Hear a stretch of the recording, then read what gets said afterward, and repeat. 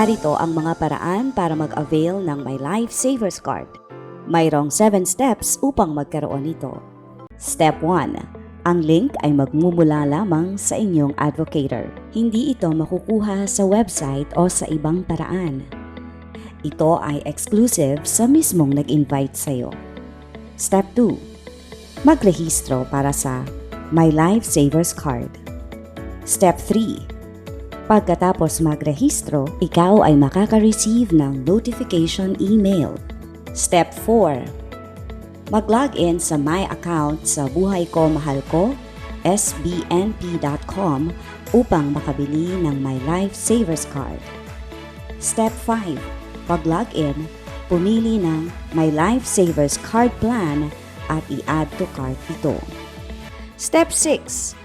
Proceed to checkout at i-fill ang billing details at payment mode at i-click ang place order.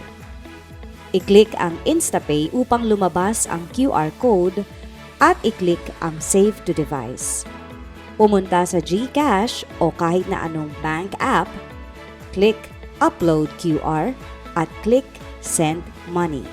Step 7.